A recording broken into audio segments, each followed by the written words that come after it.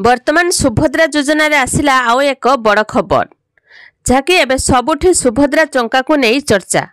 सुभद्रा टंका पाई नथिबा महिला मानक पई आसिला बड़ खबर।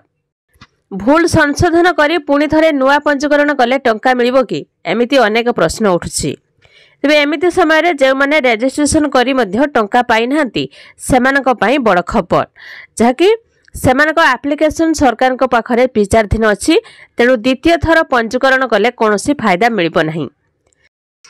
आउ सेपटे जे माने एजाय भी आवेदन करिनांती सेमाने नुआ करी पंजीकरण करि परिबे।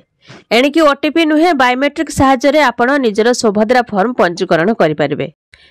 आउ पंजीकरण करबा समय रे एही कथा ऊपर विशेष ध्यान देबे जे आधार कार्ड सह लिंक थिबा बैंक रो नाम देबे। तेबे सबुठो खास कथा हैला कि सेप्टेम्बर 17 पूर्वरु जनसेवा केंद्र रे अप्लाई करबा पूर्वरु हिताधिकारी को एक रसीद प्रदान करा जायथिला जहा आधार रे सेमानकर रजिस्ट्रेशन सफल होइछि बोली स्पष्ट करा जायथिला। तेबे मिलिथिबा सूचना अनुसार सेमानकु द्वितीय थर पंजीकरण करिवार आवश्यकता नाही। सेमानक एप्लिकेशन सरकार कर विचाराधीन अच्छी। तेणु द्वितीय थर रजिस्ट्रेशन कले कौनसी फायदा नहीं। तेबे मिलिथिबा सूचना अनुसार गाइडलाइन अनुसार समस्त योग्य हिताधिकारी सुभद्रा टंका पाइबे। परिडा कहिसंती जे निर्वाचन पूर्वरु देइथिबा कथा को रक्षा करी प्रधानमंत्री नरेंद्र मोदी 17 तारिख रे निजर जन्मदिन रे ओडिशा आसी सुभद्रा योजनार शुभारंभ करी 25 लाख महिला अकाउंट को सुभद्रा टंका ट्रांसफर करछंती। आउ जेउ महिला माने ए पर्यंत ए टंका पाई नांती सेमानक अकाउंट को धीरे धीरे क्रेडिट हेबो। तेबे सबुठो खास कथा हैला कि आवेदनकारी नाँ रे आधार कार्ड कार्यक्रम बैंक अकाउंट थिबा आवश्यक। बैंक सह आधार संजोग होइथिबा जरूरी। ता सहित हिताधिकारी मोबाइल नंबरटी मध्ये आधार कार्ड सह लिंक होइथिबा आवश्यक। आधार कार्ड रो ई-केवाईसी होइथिबा आवश्यक। नचित मोबाइल नंबर सहित आधार कार्ड लिंक होई परिबो नाही। ए सुभद्रा योजना रे 21 वर्ष रु 60 वर्ष पर्यंत महिला माने शामिल होई परिबे। तो ए पर्यंत जे महिला माने आवेदन करिनांती सेमाने खूब शीघ्र आवेदन करि दियंतु जहाँकि खूब शीघ्र सेमानकर अकाउंट को आसीबो टंका। द्वितीय किस्तिर टंका आसीबा पूर्वरु सेमानकु प्रथम किस्तिर टंका आसी सारथिबो। एमिति कि डिसेंबर मासरे भी आवेदन कले आपनकु एही सुभद्रा योजनार 5000 टंका आसीबो।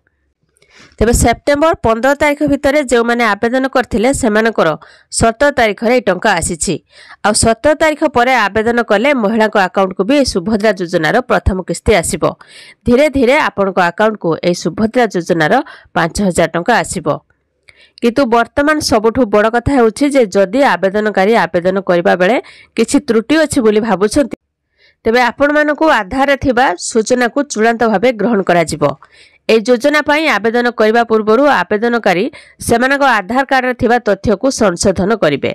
जदि आधार कार्ड रे तथ्य मेल खाउ नाही तेबे आवेदन करबा पूर्वरु आवेदनकारींकर सेमानक आधार कार्ड रे तथ्य को संशोधन करिवे। सेहिपरि आवेदनकारींकर आधार सक्षम एवं डेबिट सक्षम थिबा एक बैंक अकाउंट न थाए तेबे बैंक अकाउंट खोलिबा एवं लिंक करिवार सुযোগ दिया जायछि। जदि आपण माने अधिक जानिया पई चाहछंती तेबे आपण मानकर टोल फ्री नंबर होइछि 14678। एथिरे आपण माने कॉल करिकि सकाळ 6 टारु राति 10टा पर्यंत कार्यक्रम रहिबो। आपण माने ए नंबर रे कॉल करिकि बुझि परिबे। संपूर्ण मागणा रे उपलब्ध होछि। पूर्ण होइथिबा फॉर्म सहित आवेदनकारी को केवल आधार कार्ड रे नकल दाखल करबा को पड़िबो। मो सेवा केंद्र जनसेवा केंद्र और जिलापालक निर्देश अनुसार निर्माण करा जायछि। आपण माने एथिरे फॉर्म फिलअप करी आवेदन करि परिबे।